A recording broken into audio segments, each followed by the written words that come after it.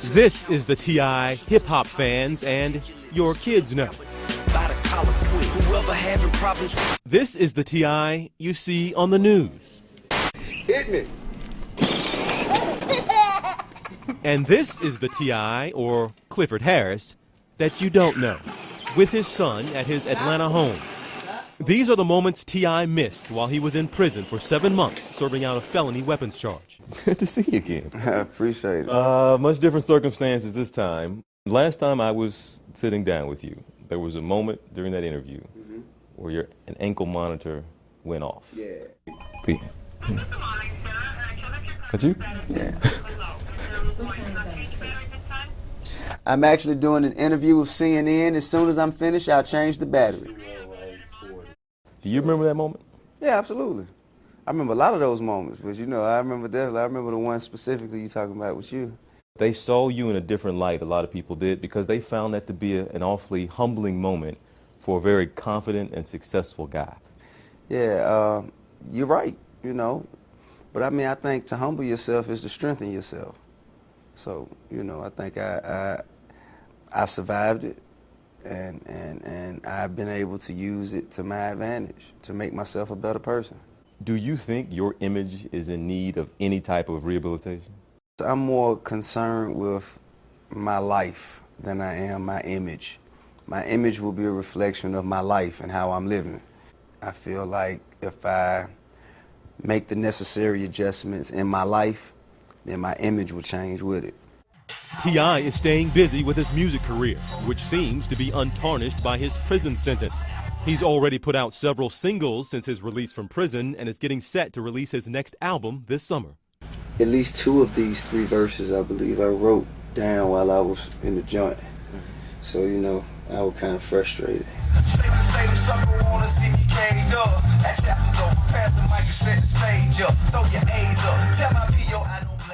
Yeah, you were having a rough day, weren't you, bro? Well, man, I was in prison, man. Yeah. I was That's just a little more aggressive. I like that, though. I was just speaking about my environment. Yeah. T.I.'s environment these days, a lot different than the one he came up in. He lived in a rough neighborhood of Atlanta and lived a rough lifestyle, which he portrayed in the 2006 film ATL. As part of his sentence, T.I. was ordered to serve 1,500 hours of community service, and one of the ways he does that is speaking to school kids about the mistakes he made and the dangers of guns, drugs, and gangs. But he's not always welcomed. I think it was Woodland Middle School here where a parent was upset after the fact. They didn't know that T.I. was going to be speaking to their child. They said they would have pulled their child out of the school for the day had they known it. How does that make you feel to hear that some people don't want you around their children to hear that message or your message? As far as them wanting to pull their children out because of me, if you don't want them to hear from me, as long as you got them hearing it from somewhere, who else you gonna have come speak to them, who they gonna listen to, and who they gonna actually take their words for face value more than me. And does it matter who's giving them the message, or does it matter that they're getting the message? How big of a mistake do you think oftentimes we make as parents, as a society, when we don't want to hear oftentimes from people that have gone through things? I think it's the children that's really getting the short end of the stick. I think the children are really ones who are they are not benefiting from the possible outcome that it could bring. I know I go to speak to youth detention centers where kids, caught cases and they in jail and going through the judicial system, and their parents can't pull them out, so they got to hear it. If you want your kid to hear it in there, then fine, you know what I'm saying? If that's where you want them to hear that, I wait till they get in there and I go speak to them, and you can't pull them out. It's your choice. Are you going to get to a point where the first question I might sit down and ask you one day, are you still a rapper? Because you got so many other things and so many other interests that, we kind of forget. Oh, yeah, he puts out an album every now and again. Yeah, I probably will. I probably will at some point. I will still definitely have my hands in music. I still will, because I have a passion for music. So I still will produce music. I still will write music. I still will executive produce music. I still will put artists out. through my label and create opportunities and cultivate careers. But I'm not going to be the 40-year-old rapper. Jay-Z's pulling it off just I fine. would not. See, I know, but that's Jay. You know what I'm saying? Jay. That's Jay, and he, like you say, he's doing it very well. Yeah. Hats off. But I don't see me doing that.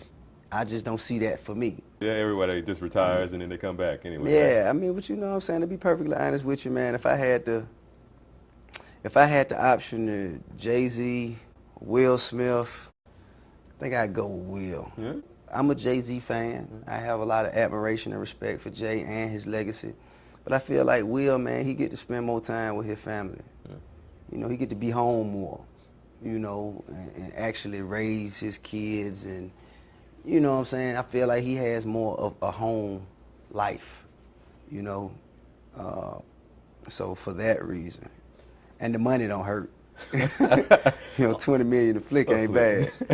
As an actor, I know that it takes time, it takes attention, but it's stable. You know, you're on set 12 hours, you go home. You know, you're on set 12 hours, you go home. I mean, and music, it ain't got no hours. You know, you're at the studio all times of the morning. Okay, well now you got to wake up early in the morning, catch a flight, travel here, go to the radio station, do a show, go back to the studio, morning, plane, bus, train, car, hotel. You know what I'm saying? It's a lot more rigorous.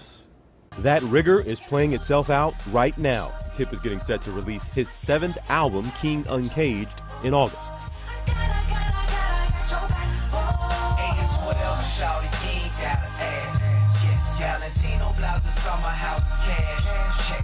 What is your expectation this time? What do you feel like you need to live up to this time around? I got to make it better than the last time. How good was the last one? It's pretty good, some people might say. Am I hearing that right? That every album you've had outsold the previous one? Yeah. So how many the last one sell? 2 million. 2 million. 2.3. So you got to get at least 2.5 out of success on this one. Actually, 2.3 and a half, but yeah.